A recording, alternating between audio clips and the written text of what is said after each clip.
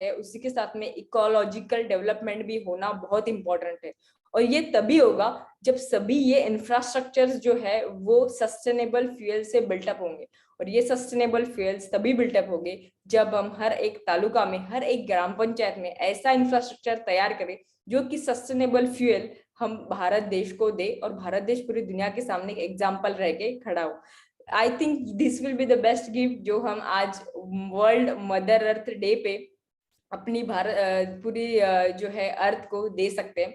और यही गिफ्ट हम किस तरीके से प्रदान कर सकते हैं ये समझने के लिए अभी मैं बुलाना चाहूंगी एक ऐसे व्यक्ति को जो ये दिन रात सोचते हैं कि कैसे एक ग्राम पंचायत, एक तालुका, एक डिस्ट्रिक्ट एक गिफ्ट बन सकता है हमारे मदर अर्थ के लिए। So thank you. तो हम बुलाते हैं अभी अपने एमसीएल के रचनाकार, सलाहकार और शिल्पकार doctor Shyam gulab sir. Thank you.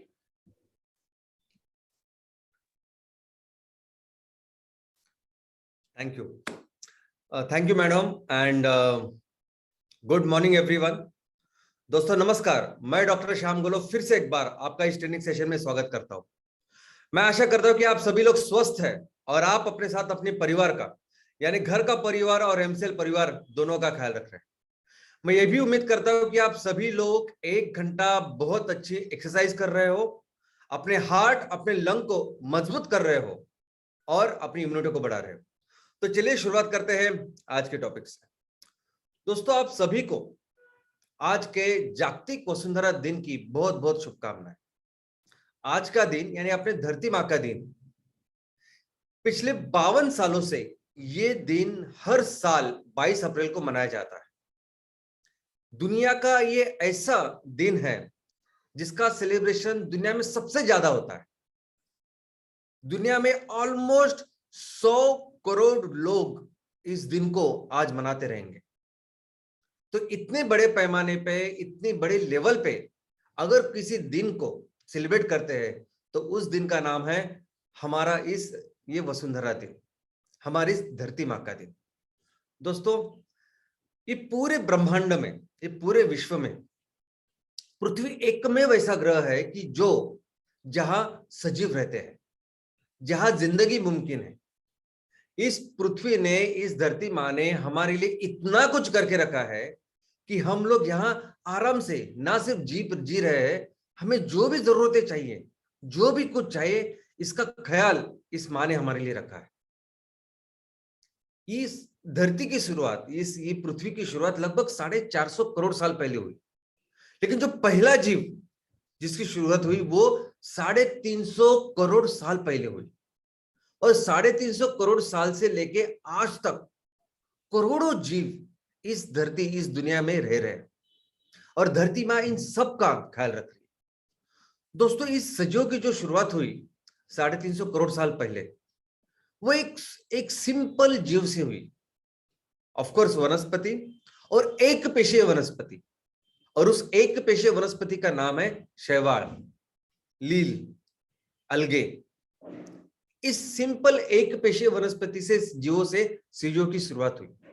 और आज आप देख सकते हैं कि आप, मैं, जो मनुष्य है, मनुष्य में 50 ट्रिलियन यानी 50 खरब इतने पेशियां हैं।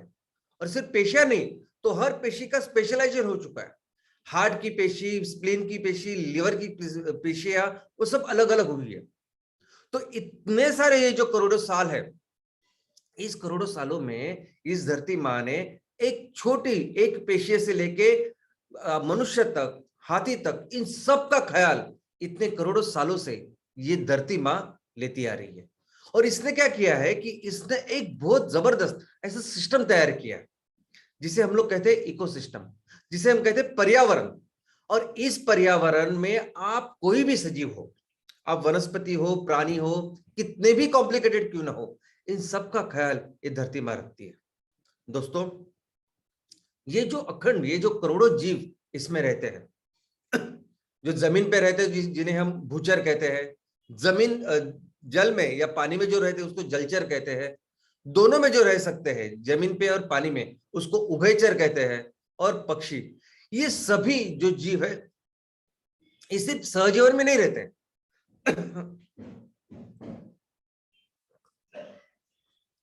यानी सिर्फ इस पर्यावरण में एक दूसरे के साथ नहीं रहते। तो एक दूसरे के ऊपर डिपेंडेंट रहते हैं, एक दूसरे के साथ, एक दूसरे के ऊपर, हर कोई जीव दूसरे जीव के ऊपर डिपेंडेंट होता है। इस तरह का पूरा पर्यावरण का सिस्टम इस धरती माँ ने बनाया है। दोस्तों, इन सब में ऊर्जा और जो मूल तत्व होते हैं, जिसे हम लोग विटामिन, जीवन सत्व बोल सकते हैं, इन सब की एक श्रृंखला होती है। ये सभी जीव जो रहते हैं, एनर्जी के लिए, ऊर्जा के लिए, खाने पीने के लिए एक दूसरे के ऊपर निर्भर होते हैं। इस पूरे सृष्टि में, इस पर्यावरण में सिर्फ वनस्पति ऐसे होते हैं जो खुद का खाना खुद बनाते हैं।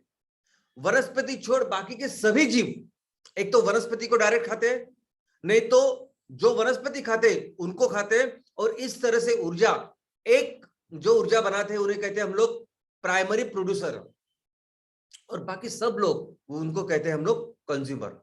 तो पूरे पर्यावरण में इस धरती माँ ने एक ऐसा सिस्टम तैयार करके रखा है कि किस तरह लोग, उनकी ऊर्जा कैसे एक जगह से दूसरी जगह जाएगी और किस तरह से ये श्रृंखला तैयार हो।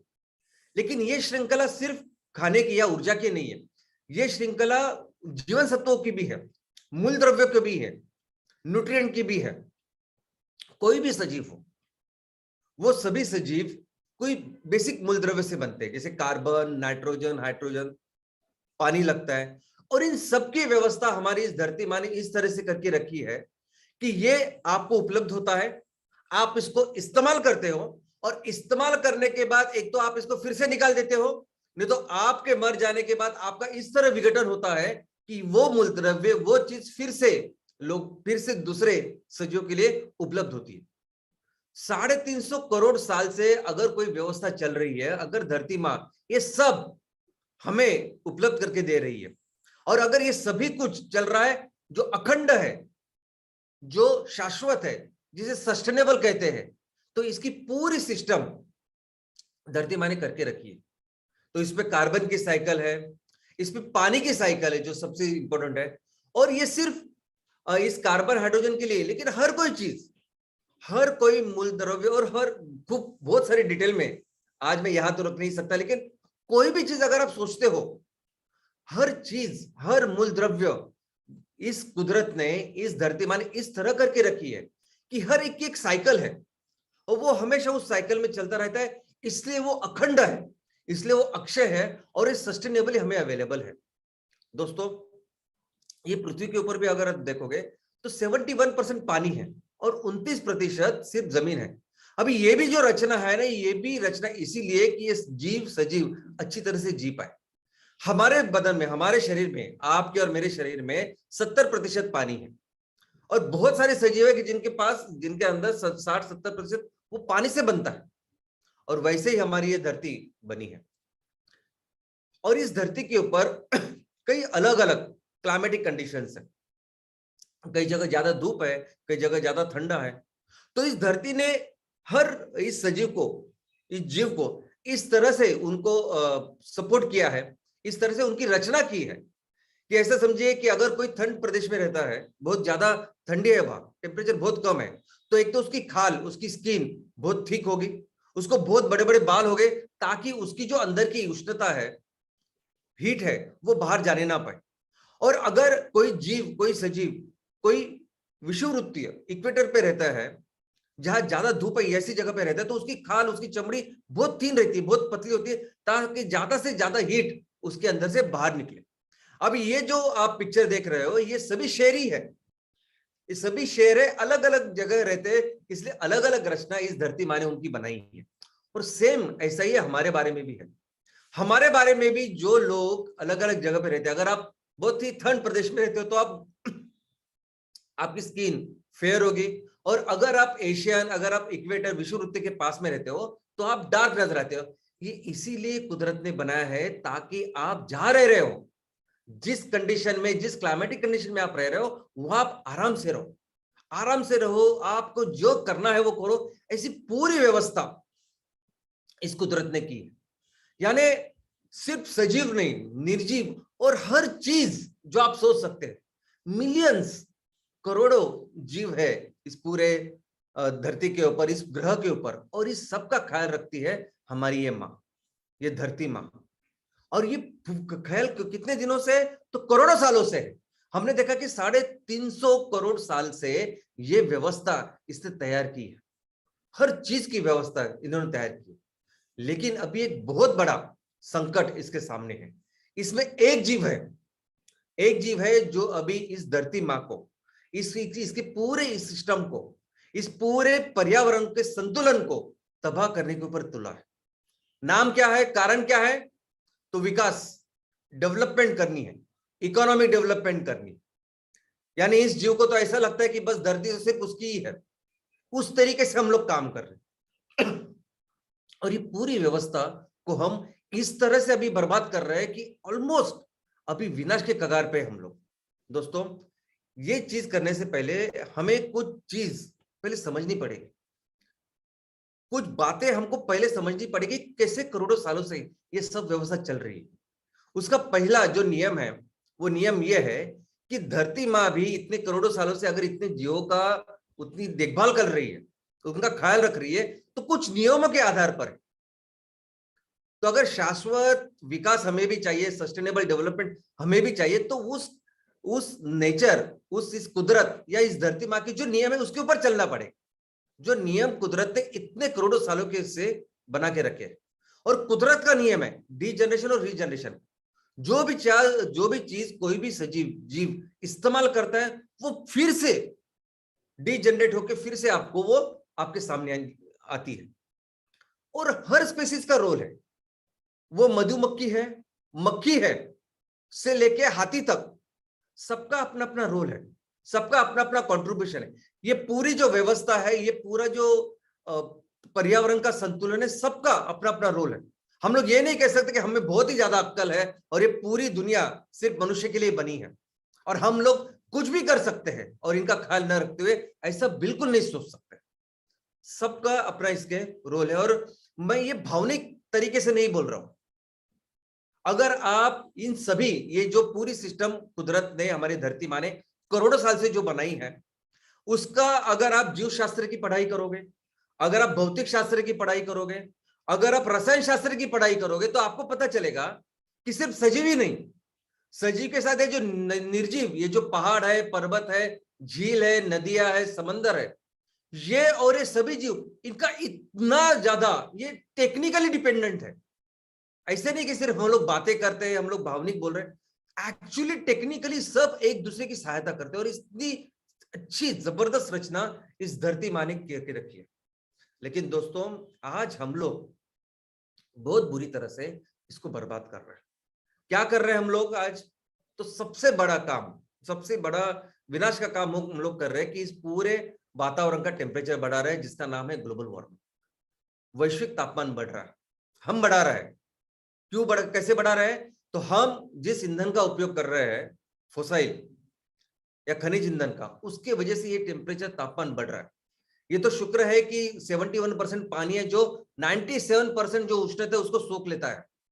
लेकिन जो 3% जो बची है ना उष्णता, जो धरती के ऊपर काम कर रही है, और मुझे लगता है आज कितनी सारी बर्बादी इस ग्लोबल वार्मिंग की वजह से हुई। ऐसे कई सारे देश थे जिनको लग रहा था कि हमें तो डरने की जरूरत नहीं ग्लोबल वार्मिंग से, लेकिन आज हर कोई देश ये फेस कर रहा है। कहीं भी बाढ़ आती है, कभी भी आग लगती है, सूखे पड़ रहे हैं, ये सब कुछ हो रहा है ग्लोबल वार्मिंग की वजह से।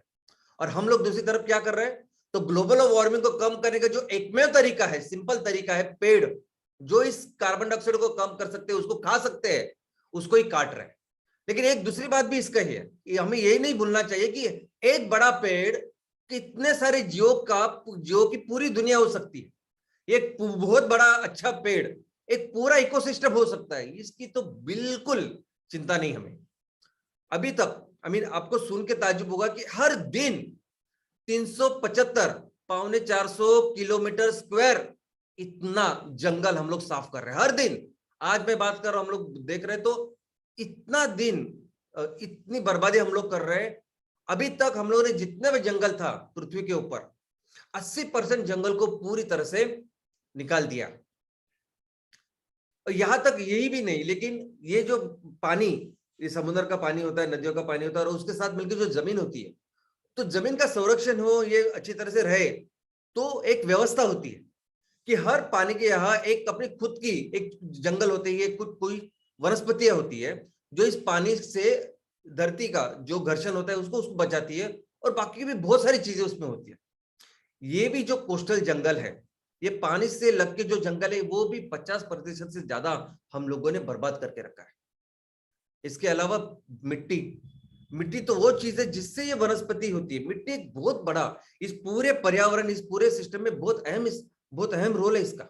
ये मिट्टी है जिसकी वजह से वनस्पति की शुरुआत होती है और फिर वो जो एनर्जी का फ्लो शुरू होता है।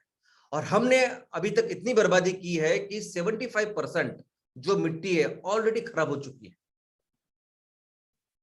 एयर, जिस ऑक्सीजन के ऊपर हम लोग सब जिंदा है, और ऑक्सीजन हमें नहीं सबको लगता है, सभी सजीवों को लगता है, नाइट्रोजन लगता है वनस्पति के लिए, और इन सभी चीज जिसके ऊपर ये पूरे सजीव जीते हैं, उसको इस तरह से हम लोग बर्बाद करें तो खुद ही हम लोग सांस नहीं ले पा रहे, और हमारे साथ कितने सारे सजीव इससे मरते होंगे इसका तो कोई अंदाज, इसका तो कोई कैलकुलेशन ही हम लोग देखते नहीं। वेस्ट मैनेजमेंट, मिसमैनेजमेंट मैं कहूंगा, क्योंकि धरती की कुदरत की जो व्यवस्था है कि अगर आप कोई भी चीज इस्तेमाल कर रहे हो तो उसको फिर से डिजेनरेट करो, फिर से अवेलेबल करके दो। ये तो कोई सिस्टम ही नहीं अपने पास। जिस तरह से ये पेट्रोकेमिकल के प्रोडक्ट्स हम लोग इस्तेमाल कर रहे हैं, जो प्लास्टिक, जो रबड़, जो कॉस्मेटिक आप निर्माण ये कर रहे हो, जो फर्टिलाइजर केमिकल के, और कोई भी केमिकल कहीं भी अगर आप इस्तेमाल कर रहे हो ना, ये केमिकल अभी भी रहेंगे किधर। तो अगर आपने कोई भी प्लास्टिक निर्माण किया होगा सैकड़ों साल पहले, अभी 100 साल पहले, 50 साल पहले, वो भी अभी तक रहेगा कहीं तो। और ये जो वेस्ट बन रहा है, ये जो कचरा बन रहा है, यहाँ तक कि बदन पे कपड़े, 80% कपड़े आते हैं उसके क्रूड ऑयल से। तो ये सभी चीज ना उसका विघटन होता है, ना कोई रीजनरेशन होता है, और ये कहीं ना कहीं जमीन को, पानी को बर्बाद कर रही है। और ये जो हम लोग काम कर रहे हैं ना, हमारी वजह से ये कुदरत के इस पूरे फैमिली से कितने सारे जो सजीव है, जीव है, वो लुप्त हो रहे हैं। लुप्त होने का मतलब समझते हैं आप? लुप्त यानी अगर कोई जीव है, अगर किसी जाति का वो जीव है, तो उस जीव का एक भी मेंबर अभी नहीं है, इसको कहते हैं लुप्त होना। अगर आप देख रहे इस जानवर के या इस सजीव के अगर 10 लाख मेंबर थे, तो ऐसा समझे कि अगर आज से ये लुप्त हो गया, इसका मतलब उसका एक भी कोई एग्जाम्पल नहीं है। और आज के दिन पे ये रेट चल रहा है कि हम लोग ऑलमोस्ट एवरी डे, हर दिन 150 ऐसे जीव लुप्त हो रहे हैं। और हर पॉल्यूशन, यानी जो चाहिए, पानी का पॉल्यूशन, हवा का पॉल्यूशन, जमीन का पॉल्यूशन कर रहे हैं, लेकिन उसके साथ और एक बहुत गंदी चीज हम लोग कर रहे हैं, वो है ये एग्रीकल्चर, खेती के साथ। दोस्तों, खेती है ना जिसकी वजह से मनुष्य प्राणी एक जगह रहने लगा। ये खेती है कि जिसकी वजह से गांव बसे, उसके बाद शहर बसे।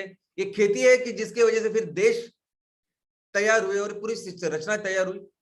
और ये खेती हजारों सालों से प्रॉपरली सस्टेनेबल तरीके से चल रही है। इसमें हम लोग ऑर्गेनिक फार्मिंग कर रहे थे, लेकिन पिछले 150-200 सालों से जिस तरह, जब से ये क्रूड ऑयल आया है और उससे जो केमिकल फर्टिलाइजर हम लोग निकालते हैं, केमिकल इंसेक्टिसाइड निकालते हैं, और हमने इतने केमिकल अभी हम लोग इसका इस्तेमाल कर रहे हैं कि ये केमिकल आज के, आप कोई भी फूड कुछ भी लो उसमें वो केमिकल्स है। आप जो भी कुछ खाओ उसमें वो केमिकल्स है। आप उसके, आपके नदी में है, आपके कुएं में है, हर जगह केमिकल्स है, क्योंकि आप खेती केमिकल की कर रहे हो। दोस्तों, सिर्फ केमिकल की खेती नहीं कर रहे, मनुष्य इतना ग्रेडी है कि उसको पता चला कि नहीं, ये अगर मैं लूं तो मुझे ज्यादा पैसे मिलेंगे, तो सब कुछ साफ करके सिर्फ उसकी खेती करता है। ऐसे नहीं चलता है। ये मोनोक्रॉपिंग, इसकी वजह से पूरी सॉइल का डिग्रेडेशन तो होता ही है, लेकिन ये जो जैव विविधता है वो भी चली जाती है। इसके अलावा हम लोग एनिमल हस्बेंड्री, ये जो पशुपालन करते हैं, वो भी वैसे करते हैं कि हमें क्या करना है, ज्यादा से ज्यादा प्रॉफिट चाहिए, ज्यादा से ज्यादा, ये जमीन में ज्यादा से ज्यादा कैसे मैं पशु पक्षी रखूं और उनसे प्रोडक्ट लूं और माल बेचूं मार्केट में। बस किस व्यवस्था से, कैसे आप उसको रख रहे हो, क्या कर रहे हो, क्या वो कुदरत के नियम के अनुसार कर रहे हैं आप, बिल्कुल कुछ लेने देना है नहीं। आपको क्या लगता है ये कोरोना कहां से आया? कोरोना की जो स्ट्रॉन्गेस्ट थ्योरी है कि जिसकी वजह से कोरोना आया, ये कोरोना आया इनसे। जिस तरह से हम लोग ये खेती कर रहे हैं, पशुपालन कर रहे हैं, वो वहां से कोरोना आया है। और सिर्फ कोरोना ही नहीं, ये सब चिकनगुनिया से लेके स्वाइन फ्लू, बर्ड फ्लू, कहां से? ये नॉर्मल वायरस है, उनके बदन में रहते हैं। उस प्राणियों को, वो हमारे बदन में अपना घर छोड़ के इधर आए क्योंकि हम लोग प्रैक्टिस ही ऐसे कर रहे हैं और ऐसी प्रैक्टिस कर रहे हैं। और हम मनुष्य ऐसा है ना कि सिर्फ वो नहीं कि अगर मच्छी मारे की मैं आपको एग्जांपल देता हूं कि अगर उनको पता चला कि नहीं ये फिश करे, ये मच्छी ले और उसको बहुत ज्यादा मार्केट है, तो बस पूरी तरह से उसको साफ कर देते हैं। वहां जाएंगे, उसके साथ आजू बाजू जो कुछ मच्छी है उसका भी ख्याल नहीं रखेंगे। और इस तरह से दुनिया की 75% जहां हम लोग मच्छी कर सकते हैं उसको पूरी तरह से ओवर एक्सप्लॉइट इस मनुष्य ने किया। और ये सब जो चल रहा है इसके लिए शुरुआत हुई इस अर्थ डे या वसुंधरा दिन की। क्यों शुरुआत हुई वसुंधरा दिन के?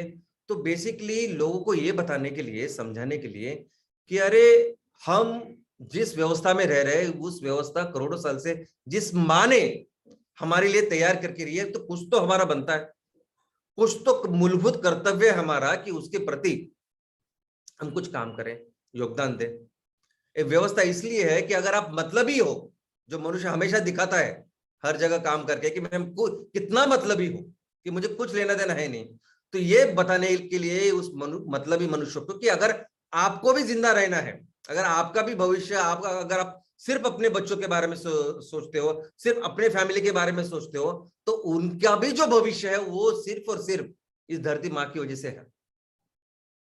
तो इसलिए इसलिए शुरुआत हुई इस वसुंधरा दिन की, धरती माँ के दिन की।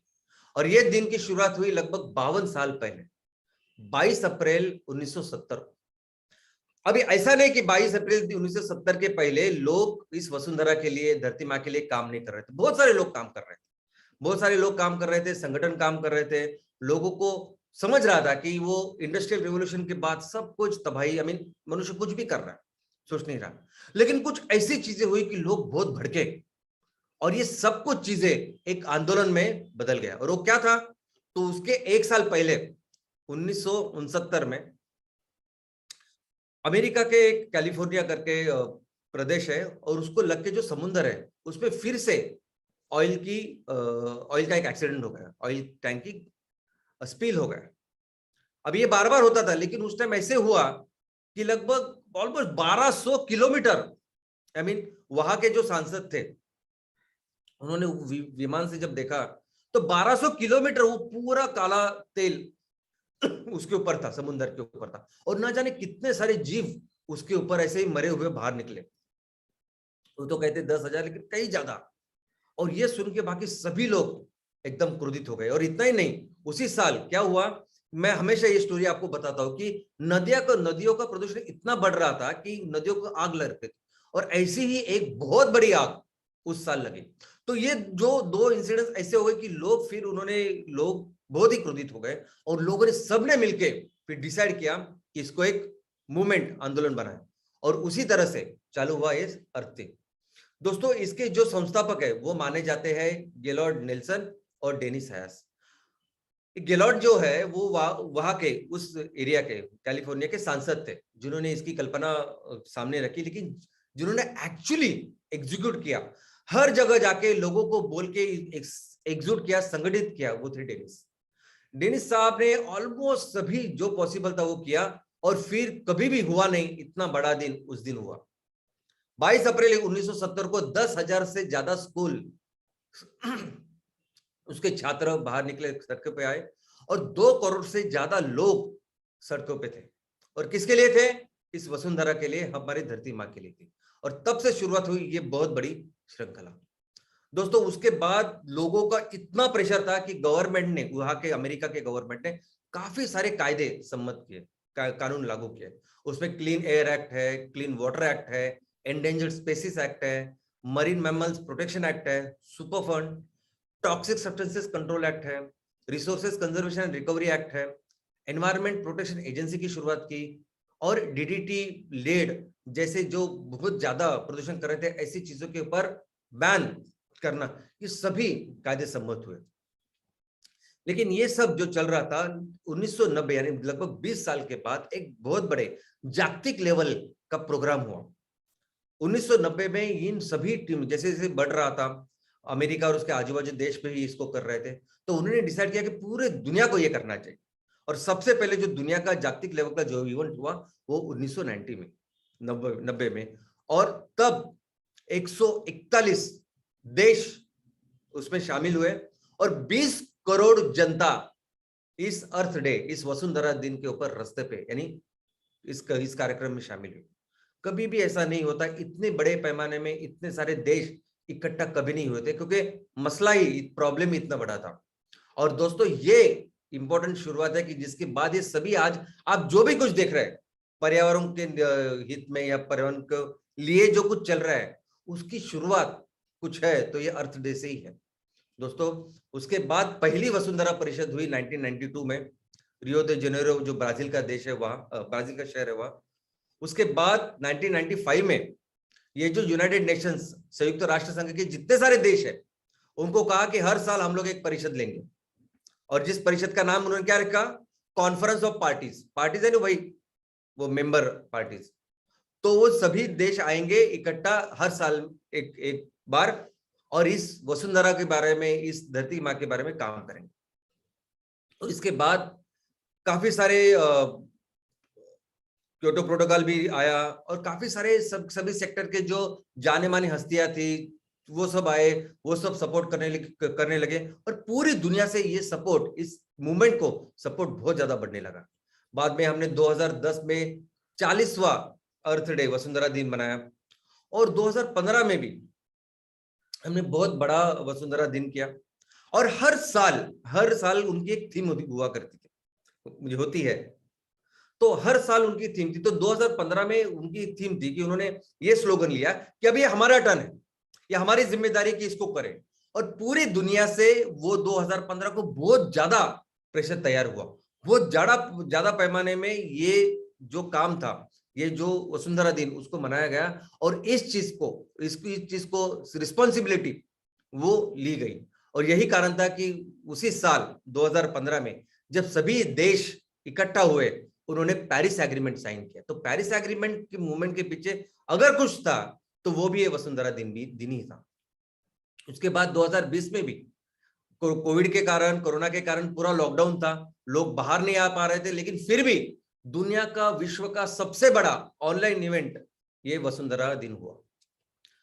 तो दोस्तों इस वसुंधरा दिन के ऊपर, इस हमारे धरती माँ के दिन के ऊपर क्या क्या करते हैं लोग। तो सबसे पहले ग्लोबल वार्मिंग के प्रिवेंशन के लिए जो कुछ चीजें वो लोगों को बताते हैं, खुद करते हैं, या प्लांटेशन है, इवेंट ऑर्गेनाइज करते हैं, ये सब कुछ करते हैं। उसके बाद ये जो जैव विविधता है उसके लिए बहुत सारा काम इस दिन पे होता है। लोगों को बताया जाता है कि किस तरह से इस जैव विविधता का ख्याल, इस धरती माँ का ख्याल हम लोग रखें। इसके अलावा बहुत सारी प्लांटेशन होती है, जंगल जो हम लोग ने इतने तोड़े हैं उसके ऊपर अफॉरेस्टेशन, जंगल निर्माण का काम करते हैं। बहुत इंपॉर्टेंट यानी ऑर्गेनिक फार्मिंग, यानी आप जो कैंसर की फार्मिंग कर रहे हो, केमिकल की फार्मिंग कर रहे हो, उसको पूरी तरह से बंद करके ऑर्गेनिक फार्मिंग करो, इसको बहुत ज्यादा फोकस करते हैं। प्लास्टिक के ऊपर पूरी दुनिया में अभी एक बहुत बड़ी मुहिम चल रही है। प्लास्टिक क्या क्या करती है मुझे नए तरीके से आपको बताने की जरूरत नहीं, तो प्लास्टिक बैन के ऊपर भी बहुत बड़े लेवल पे इस दिन पे प्रोग्राम होता है। और कार्बन फुटप्रिंट्स, अभी ये क्या है कार्बन फुटप्रिंट्स, यानी ये इस दिन के ऊपर ये पूरे लोग, पूरी दुनिया को ये बताते हैं कि कुछ भी ऐसे काम करो जिस काम से ये उत्सर्जन, कार्बन डाइऑक्साइड का उत्सर्जन कम हो। ग्लोबल वार्मिंग पैदा करने वाले जो गैसेस है, ये जो उत्सर्जन है, ये कैसे कम हो गए, इसका हर चीज के ऊपर ख्याल रखो। अगर कोई ऐसी चीज है कि जहां आप आराम से साइकिल से जा सकते हो तो वहां कार मत लेके जाओ, वहां साइकिल से जाओ, उतना आप कंट्रीब्यूट करोगे। पॉल्यूशन किस तरह से कंट्रोल किया जाता है उसके भी काफी सारे उसके ऊपर काम ये सभी लोग इस दिन करते हैं। वाटर बॉडीज कंजर्वेशन, यानी जहां जहां पानी है, जहां जहां पानी के स्रोत है, कैसे उसका हम लोग ख्याल रखें, कैसे उसके संवर्धन के लिए काम करें, इसके लिए भी ये जनता काम करती है, ये लोग काम करते हैं। वेस्ट मैनेजमेंट, जैसे हमने देखा कि वेस्ट मैनेजमेंट पूरी तबाही कर रहा है, तो वेस्ट मैनेजमेंट एक बहुत अहम पहलू है कि जिसके ऊपर अर्थ डे में काम होता है। फूड सिक्योरिटी पे काम होता है। सॉइल कंजर्वेशन, मृदा संवर्धन, इसके लिए लोग काम करते हैं। और इस सजीव सृष्टि में जितने भी बाकी के एनिमल्स है, ये बाकी के जीव है, वो भी जीव है, ओके, अगर आप कुछ भी काम करते हो, हमें क्या होता है, वो बात नहीं करते तो हमें लगता है कुछ नहीं होता है, लेकिन ऐसे नहीं ना। हर कोई जीव जिसके साथ आप कोई भी बर्ताव करते हो, वो उसको क्या होता है ये आपको बताते हैं, समझाते हैं। फॉरेस्ट के लिए लोग काम करते हैं। फॉरेस्ट में अभी जो कुछ बचा कुचा जंगल है उसको बचाने की कोशिश करते हैं लोग। वहां का जो तालाब है, नदियां है, उसके लिए काम करते हैं। और बेसिकली सबसे बड़ी मात्रा में इस दिन पे होता है अवेयरनेस कैंपेन, यानी सब लोग इकट्ठा आते हैं और इसके लिए, धरती के लिए, अपनी धरती माँ के लिए पूरी दुनिया को बताते हैं कि बाबा कम आइए आप और चलो मिलके इसको बचाते हैं, इसके संवर्धन के लिए काम करते हैं। और फिर और ऐसा कुछ नहीं होता, आई मीन यहाँ कोई नेशनल बॉडी है, यूनाइटेड नेशंस की कोई संस्था है, फिर वो बताती है, प्रोग्राम लिख के देती है, ऐसा कुछ नहीं होता। ये कोई प्रोग्राम वगैरह कुछ देता नहीं, ये लोग वहां के जहां जहां ये प्रोग्राम होता है ना, वहां के लोग खुद इसका इसका इवेंट बनाते हैं, इसको एग्जीक्यूट करते हैं। तो कोई ये ऐसा समझे कि लोग खुद से आके इस दिन को सेलिब्रेट करते हैं, इस दिन को बढ़ाते हैं, फंड रेज करते हैं, क्योंकि कई सारे ऐसी चीज है कि जहां पैसे लगते होंगे। अगर आपको स्ट्रीट पे रहने वाले डॉग के लिए कुछ करना है या बाकी कुछ करना है तो उसके लिए कुछ तो पैसे लगेंगे, तो पैसे प्लांटेशन का है बाकी, तो उसको पैसे फंड रेजिंग का भी काम ये संस्थाएं करती है। तो कोई भी चीज हो, देखो अर्थ डे में लोग क्या करते हैं, ये संगठन, ये सभी लोग जो एक्टिव है इसमें क्या करते हैं, तो सब कुछ हमारे इस माँ के लिए जो कुछ जरूरी है वो सब कुछ करते हैं। और अभी कई सालों से हम लोग देखते हैं तो ऑलमोस्ट सभी जो जानी मानी हस्तियां है वो सभी आते हैं और अपना अपना कॉन्ट्रीब्यूशन अपने अपने तरीके से काम करते हैं। और कितने संगठन है इसमें, तो दोस्तों अंतरराष्ट्रीय लेवल पे तो कम से कम 15,000, अंतरराष्ट्रीय लेवल पे 15,000 रजिस्टर्ड संस्था है, बड़ी बड़ी भी संस्था है। और अगर आप लोकल लेवल पे ऐसे अनरजिस्टर्ड जो काम कर रहे हैं, अगर ऐसे संस्था आप लेंगे तो ऑलमोस्ट 1 लाख संगठन इसके लिए काम कर रहे हैं, धरती माँ के लिए काम कर रहे हैं। और कुछ संगठन तो इतने बड़े हैं, जैसे ये संगठन WWF, world wild life fund, 157 देशों में ये है, 12 लाख इसके सदस्य तो सिर्फ अमेरिका में है, और ये दुनिया का वन ऑफ द बिगेस्ट ऐसा संगठन है। उसके बाद 350.org, अभी इस संगठन का नाम ही है 350.org, यानी क्या, तो 350 यानी अपर लिमिट है कार्बन डाइऑक्साइड का। अगर हमारे इस वातावरण में, हवा में इस 350 से ऊपर कार्बन डाइऑक्साइड गया तो फिर हमें इरिवर्सिबल ये सब नुकसान होगा। तो उसके लिए काम करते हैं। और ये संगठन 188 यानी 196 जो देश है उसमें से 188 देशों में काम करता है। ग्रीन पीस दुनिया की अगेन बड़ी संस्था जो 29 लाख मेंबर पूरी दुनिया में इसके है। और फिर ये संस्थाएं इंटरनेशनल ट्रीटीज, अंतरराष्ट्रीय जो कर रहा है, जैसे हमने देखा कि पेरिस एग्रीमेंट कैसे उन्होंने करवाया, ऐसे काम करते हैं।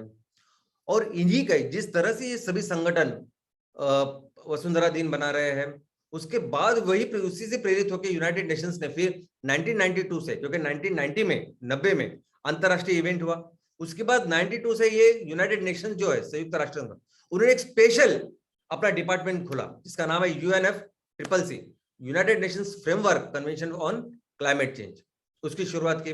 उसके अलावा यूनाइटेड नेशंस ने inter governmental panel on climate change, इसकी भी शुरुआत की, यानी देशों के सदस्य आए और एक पैनल बनाए और जो सिर्फ इसके ऊपर काम करे, अभ्यास करे, और उस अभ्यास का जो रिपोर्ट है वो टाइम टू टाइम हमको बताए, दुनिया को बताए, देशों को बताए कि देखो हम लोग कितना नुकसान इस धरती का कर रहे हैं। कॉन्फ्रेंस ऑफ पार्टी जो हमने देखा कि जिसकी शुरुआत हुई 95 में, और तब से लेके अभी तक जो सबसे उनका एक ही मुद्दा होता है, विकास करना है, डेवलपमेंट करनी है, लेकिन with taking care of mother earth, इस माँ का भी ख्याल रखना है और विकास करना है। तो इसी फोकस के साथ ये सब लोग मिलते हैं। दोस्तों इस साल की भी जो थीम है वो है इन्वेस्ट इन अवर प्लैनेट। 2022 का जो आज का दिन है, तो कोई भी अगर आपके पैसे है, आपका समय हो या आपकी स्किल हो, कुछ कर सकते हो आप तो करिए, लेकिन इस धरती को बचाइए, ऐसी इस साल की थीम। वैसे 21 की थी रिस्टोर और अर्थ, 20 की थी कि क्लाइमेट एक्शन। तो हर साल अगर आप देखोगे ना तो थीम ऐसी रहती है कि बस अभी इतनी इमरजेंसी है, चलो मिलके करते, इतने बड़े लेवल। आई मीन मुझे तो लगता है अगर और आप पढ़ोगे भी तो आपको पता चलेगा हर कोई अपने से जितना हो सके उतना कर रहा है। जो भी इसमें शामिल है, 1 करोड़ लोग जो शामिल है, वो इसमें अपना पूरा योगदान इसमें देते हैं। लेकिन इसका रिजल्ट अगर आप देखोगे तो क्या रिजल्ट है? तो दोस्तों 52 साल से ये दिन हम लोग मना रहे हैं। 52 साल से करोड़ों लोग रास्ते पे आ रहे हैं, इसके लिए काम कर रहे हैं। 52 साल से कई ऐसे संगठन है, कई ऐसे लोग हैं जो पूरे दिल से, पूरे 100% देके इसको कर रहे हैं। लेकिन फिर भी आज हम लोग ऐसी परिस्थिति में हैं कि इस 52 साल पहले जो हमने सोचा था ना, प्रेडिक्शन नॉर्मल, कि इस आगे के 50 साल में ऐसे ऐसे ऐसा होगा, ग्लोबल वार्मिंग इतना इतना बढ़ेगा, उससे कई ज्यादा ये बढ़ा है। इतना ज्यादा बड़ा है कि अभी पूरे ये जो आईपीसी का जो पैनल है और जब बाकी के पूरे जो संस्था इसके ऊपर काम कर रही है, उन्होंने अलर्ट दिया है, रेड अलर्ट। इतनी बड़ी इमरजेंसी दी है कि आप सोच नहीं सकते। जो तूफान 500 सालों में एक बार आना चाहिए, वो 3-4 साल में 10 बार आ रहा है। आप सोच नहीं सकते, इतनी खराबी चल रही है।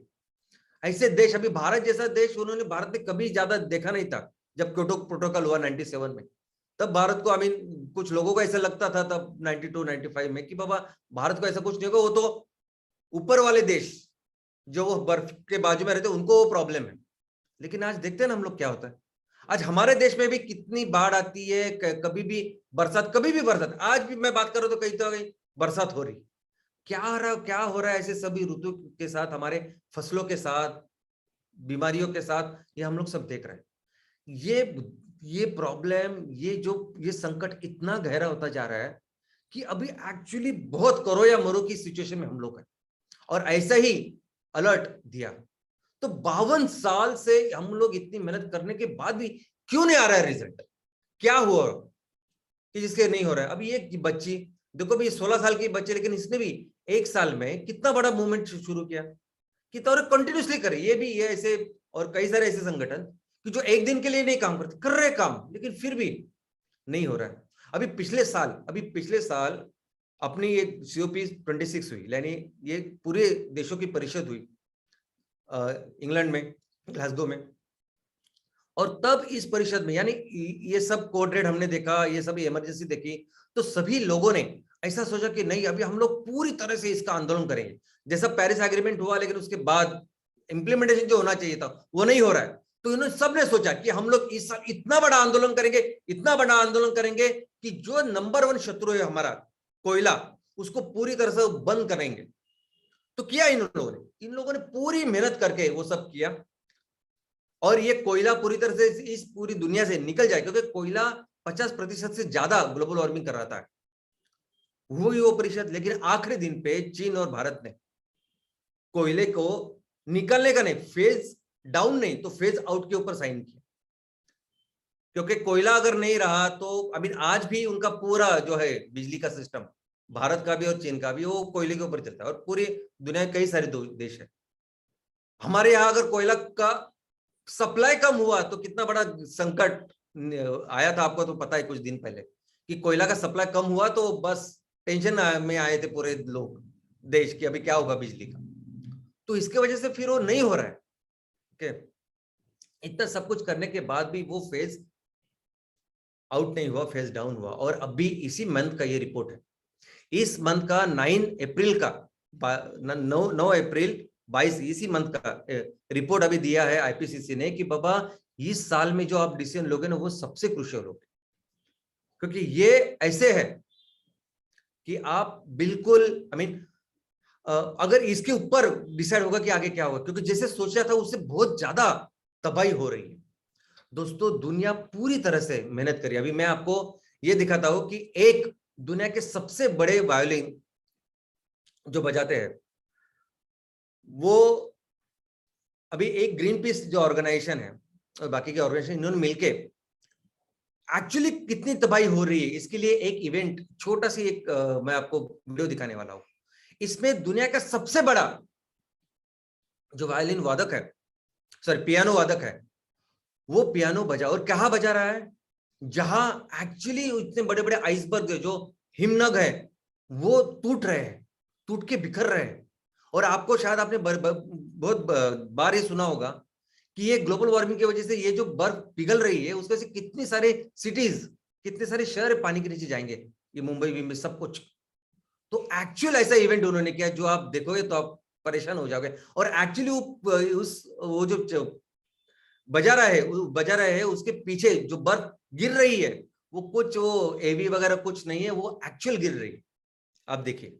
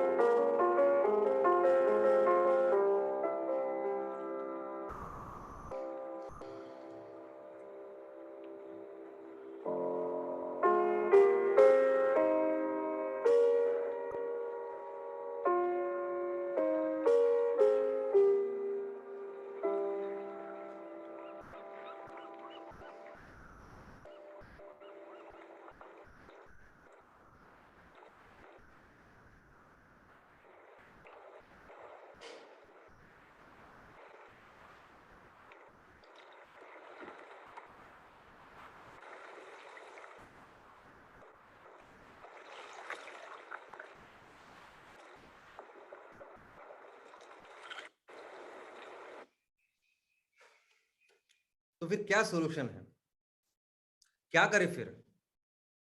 ऐसे पूरी दुनिया अगर दिल लगाकर इसके ऊपर काम कर रही है तो क्यों नहीं वो रिजल्ट मिल रहा है जो रिजल्ट मिलना चाहिए? तो दोस्तों हमारी जो स्ट्रैटेजी है ना, स्ट्रैटेजी हमारी क्या है कि हम लोग सर ये ऐसे सभी चीजों के दिन के माध्यम से हम लोगों को पार्टिसिपेशन बढ़ाते हैं, और ये बराबर भी है। ज्यादा से ज्यादा लोग इसमें आने चाहिए, ज्यादा से ज्यादा लोगों को समझना चाहिए, और उन्होंने हर आदमी ने, हर व्यक्ति ने इसके लिए काम करना चाहिए, बराबर है।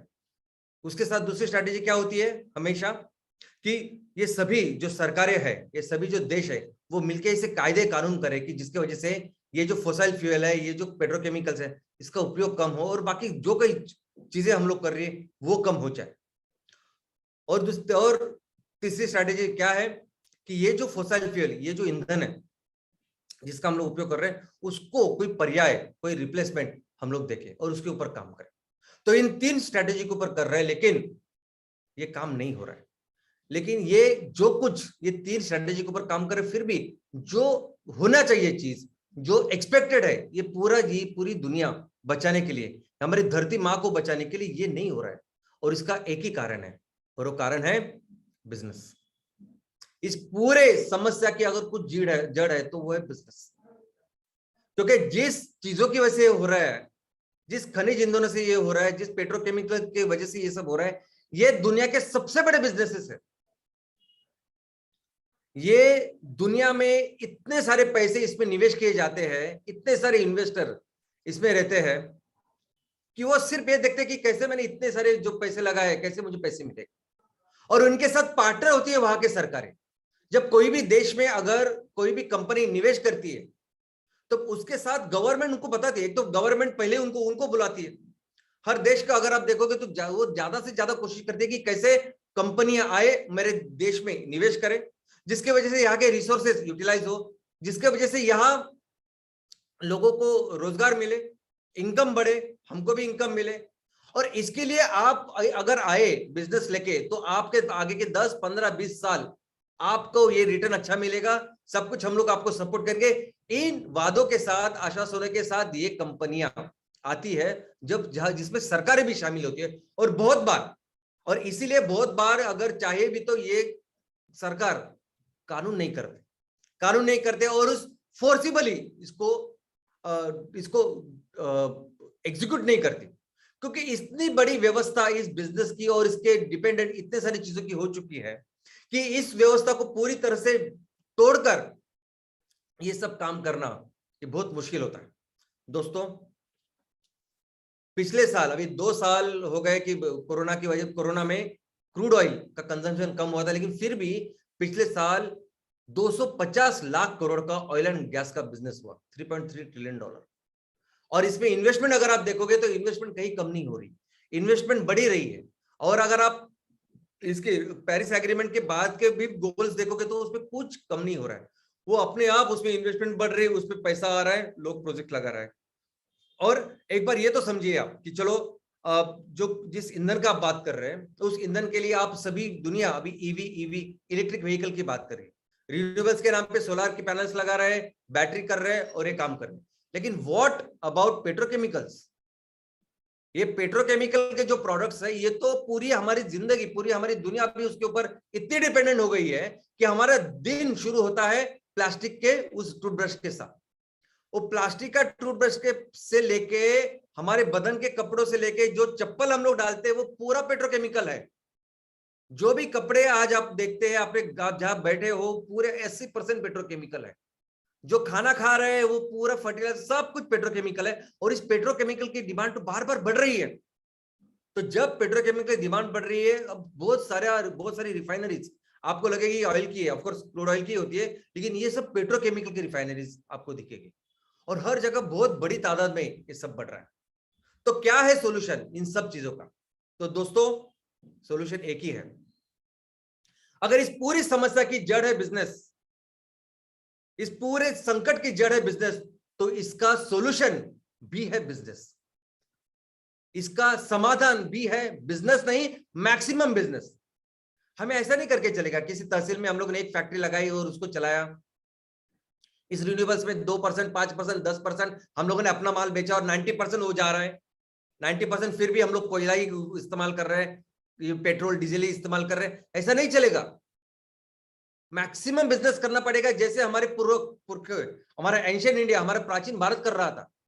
हमें वैसा बिजनेस करना पड़ेगा कि हर तहसील में, हर गांव में इस कुदरत ने, धरती माँ ने जितना पोटेंशियल हमें दिया है, जितना हमारे ऊपर एहसान किया है ना, उसको 100% उसके ऊपर काम करना पड़ेगा और बिजनेस करना पड़ेगा और इनकी दुकानें बंद करनी पड़ेगी। ये बिजनेस 100%, इस ऑयल एंड गैस की बिजनेस 100% रिप्लेस करना पड़ेगा हमारे इस बायोफ्यूल से। हर गांव में, हर तहसील में ऐसा काम करना पड़ेगा, 1 इंच भी जमीन नहीं रहनी चाहिए कि जहां हम लोग कुछ ना कुछ उगा नहीं रहे, हम लोग काम नहीं कर रहे हमारे बायोफ्यूल के ऊपर, हम काम नहीं कर रहे हम लोग ऑर्गेनिक फार्मिंग के ऊपर। ऐसी एक घर, यानी कोई घर भी रहे, हर घर भी एक रिसोर्स है। हर घर, अगर आपके पास जमीन भी नहीं तो क्या कर सकते हैं आप, उसके ऊपर काम करना पड़ेगा। कैसे 100% हमारे गांव में, हमारे तहसील में 100% ऑर्गेनिक खेती होगी, उसके ऊपर काम करना पड़ेगा। और 100% ये पूरे जो पेट्रोकेमिकल के प्रोडक्ट आज हम लोग मार्केट में बेच रहे हैं हमारे तहसील में, गांव में, उसको 100% रिप्लेस करना पड़ेगा। और यही एक सोल्यूशन है, बाकी कोई सोल्यूशन ही नहीं है। सोल्यूशन यही है कि मैक्सिमम बिजनेस करना पड़ेगा। और दोस्तों, जब हम लोग ये बिजनेस करेंगे ना, हम अपने आप इस वसुंधरा के, इस धरती के ऊपर की सबसे बड़ी अर्थव्यवस्था बनेंगे। आप उसकी चिंता ही मत करो। आप सिर्फ अपने ग्राम पंचायत, अपने तहसील के ऊपर अगर हम लोग ध्यान देंगे, वहां से ज्यादा बिजनेस करके, तो ये प्रॉब्लम भी मिट जाएगा और अपने देश को हम फिर से सुजलाम सुफलाम कर सकते हैं। और दोस्तों ये ऑफ कोर्स द सॉल्यूशन, ये पूरे की जो है, यानी किसका बिजनेस ज्यादा चलेगा, किसका बिजनेस कम होगा, ये कौन डिसाइड करता है? तो कस्टमर डिसाइड करते हैं, लोग डिसाइड करते हैं। ऑफ कोर्स यहां भी लोग ही सबसे महत्वपूर्ण है। कस्टमर इज किंग, लोग रहने चाहिए हमारे साथ, ये सबसे जरूरी है। ये सभी हर पृथ्वी दिन के ऊपर इस पिछले 52 साल से जो हो रहा है, ये बहुत जरूरी है। लोगों को अपने साथ होना, कस्टमर के साथ अपने साथ होना, ये बहुत जरूरी है। लेकिन कैसे जरूरी है?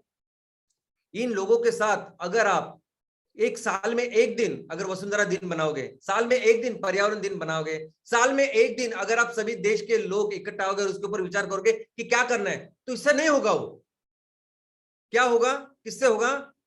तो हर हफ्ते ये करना पड़ेगा। हर हफ्ते हमें अपने तहसील में, अपने ग्राम पंचायत में खड़े रहना पड़ेगा और लोगों को बताना पड़ेगा कि दुनिया कितनी विनाश की तरफ जा रही है, क्या क्या चीजें हैं जो हम लोग कर सकते हैं। और यही सॉल्यूशन है, यही सॉल्यूशन है। और सबसे इफेक्टिव, सबसे जरूरी, सबसे इंपॉर्टेंट सॉल्यूशन है। ये वो 16 साल की जो बच्ची है ग्रेटा थनबर्ग, कैसे उसने इतना बड़ा दुनिया के लेवल का आंदोलन बनाया? क्योंकि एक जगह पे डट के उसने किया किया किया, हर दिन किया। हर हफ्ते वो अफरोज शाह साहब वो वर्सोवा के बीच क्लीन अकेले ही जाते थे, एक थैली लेके कचरा साफ करते थे। लेकिन आज वो दुनिया का आंदोलन बन चुका है। आप भी अगर हमें मैक्सिमम बिजनेस करना, ये पूरी परिस्थिति बदलनी है ना, हर हफ्ते सिर्फ अपने गांव में, अपने ग्राम पंचायत को सैटरडे सेशन दीजिए। हर हफ्ते ये वसुंधरा दिन को बनाइए आप। और कितने सारे विषय हमने देखे, वो कॉन्टेक्ट, वो ऑर्गेनिक फार्मिंग के साथ साथ पशुपालन, सब कुछ। आज जो जिस तरह से पशुपालन हो रहा है पूरी दुनिया में, वैसे नहीं। भारत में क्या संस्कृति है? भारत में यह संस्कृति की हर घर में 2-4 गाय रहती है, 10-15 ये मुर्गियां रहती है, बाकी के जीव रहते हैं। उस तरह से काम करते हैं हम लोग। ये संस्कृति, ये जो तरीका, ये जो सोल्यूशन है, वो हमारी संस्कृति है एक्चुअली। किसी को बताने की भी जरूरत नहीं हमें कि क्या करना है।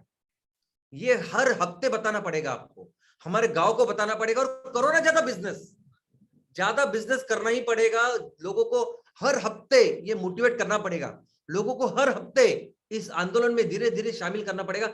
और इस फैक्ट्री उसको सब इरेस्पेक्टिव, एक बार आपने इसकी शुरुआत की इस आंदोलन की, तो इमीडिएटली हर हफ्ते इस वसुंधरा दिन को बनाना पड़ेगा। और दोस्तों, जहां तक बिजनेस की बात है तो आप बिल्कुल चिंता मत करें। जहां तक बिजनेस की बात है तो हर कोई चीज आज हम लोग जो कर रहे हैं, आज हर कोई डिसीजन अगर एमसीएल ले रहे हैं, अगर हर कोई चीज अगर आपको लगता है कि ऐसे क्यों कर रहे हैं, तो वो इसीलिए कर रहे हैं कि हमें आने वाले दिनों में दुनिया की सबसे बड़ी कंपनी बननी है। हम लोग किसी भी सूरत में वो काम नहीं कर रहे जैसे बाकी की कंपनियां कर रहे हैं। आने वाले सभी साल हमारे कंपनियों पे सिर्फ हमारे लोगों का अधिकार होना चाहिए, हमारे गांव वालों का अधिकार होना चाहिए। मैक्सिमम पोटेंशियल हम करेंगे। कोई बाहर की कोई इन्वेस्टर ये नहीं ये डिसाइड नहीं करेगा कि हमारे गांव में क्या होना चाहिए। हम लोग डिसाइड करेंगे और मैक्सिमम करेंगे।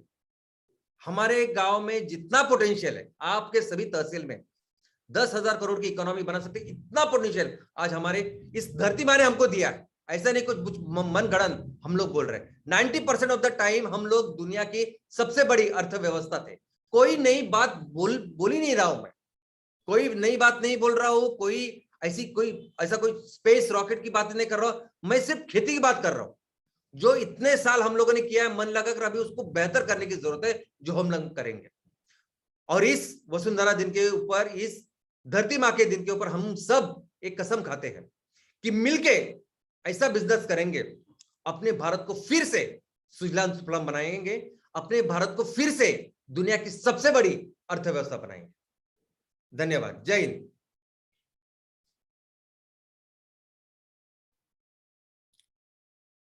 जी हाँ, जागतिक वसुंधरा दिवस पर जो आज शाम सन नारा दिया है कि हम इस धरती को सुजलाम सुफलाम बनाएंगे, तो हम बनाएंगे ही। आज का सेशन शायद सबको अंतर्मुख कर गया होगा। Good morning MCL and good morning on one of the, क्या कहते हैं, responsible day of the world, not only MCL, not even India, but the world, world earth day. आज एक आईना दिखाया है श्याम सर ने हम सबको, और बता दिया है कि क्या होने वाला है।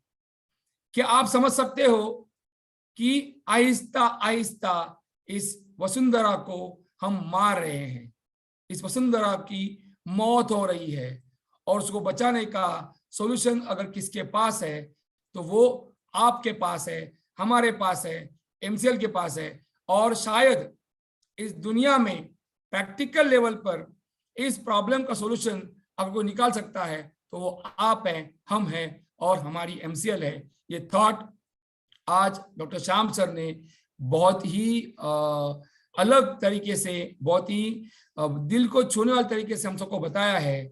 और इस साल में एक बार जागतिक वसुंधरा दिन करने से कुछ नहीं होगा, हमें उसको हर वीक करना पड़ेगा। और शायद ये रिस्पॉन्सिबिलिटी हमें आने वाली सदियों के लिए हमें लेनी है।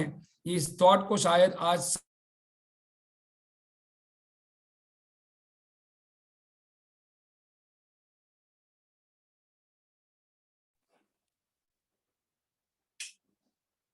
Thank you very all much. the stakeholders of MCL, right owners and people across the nation. Thanks a lot. Thanks a lot. Thank you very much. Thank you very much, Dr. Lavesh sir, for sharing this thought, and thank you very much, Prachi madam, for sharing a wonderful thought of हमें economical ही नहीं लेकिन ecological भी development करनी चाहिए. Yes, we are on the same path. Thank you very much.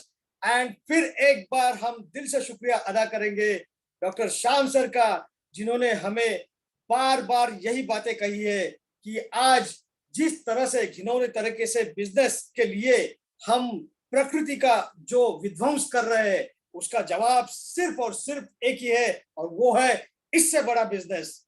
लेकिन इससे बड़ा business करते हुए हम फिर एक बार प्रकृति को खरोचेंगे नहीं, लेकिन प्रकृति का संवर्धन करेंगे. जी हाँ दोस्तों, पिछले 52 सालों से जो कुछ भी प्रयास हो रहे हैं, एक साथ आवाज उठाने के बावजूद भी आज भी जैसे एक्सपेक्टेड रिजल्ट्स हमें चाहिए थे वो नहीं आ रहे. लेकिन आने वाले दिनों में एमसीएल के साथ मिलकर हम वो सारे रिजल्ट्स लेकर आ सकते हैं. इसका विश्वास फिर एक बार हमें श्याम सर ने यहाँ पर दिलाया है.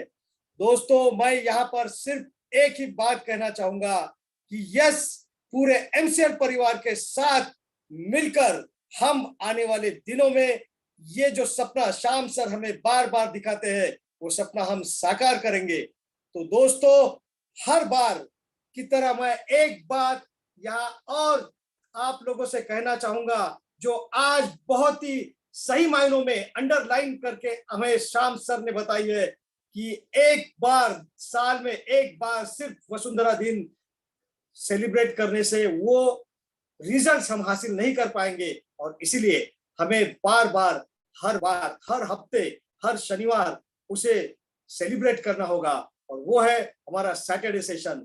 मैं पूरे एमसीएल परिवार के ओर से यहाँ पर श्याम सर को ये प्रॉमिस करना चाहता हूँ कि जी हाँ, आने वाले दिनों में हमारे सारे एमबीपी, हमारे सारे एमपीओ हर शनिवार वो सेशंस हमारे गांव-गांव में, ग्राम पंचायत में कंडक्ट करेंगे, ताकि हमारे सारे लोग जाग जाए और हम इस मिशन में आगे बढ़े.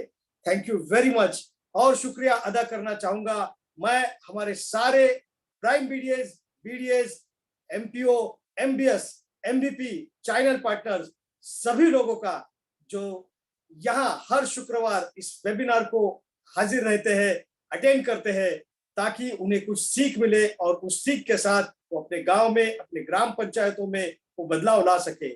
और एमसीएल परिवार, एमसीएल टीम का मैं शुक्रिया अदा करना चाहता हूँ. दोस्तों, एक बार फिर यह नम्र निवेदन है कि कृपया आप अपना, अपने परिवार का और पूरे एमसीएल परिवार की सेहत का ख्याल रखिए. इसी के साथ मैं मंगेश शेलार, आपका होस्ट, ये घोषित करता हूँ कि आपका यह सेशन यही समाप्त हुआ. धन्यवाद.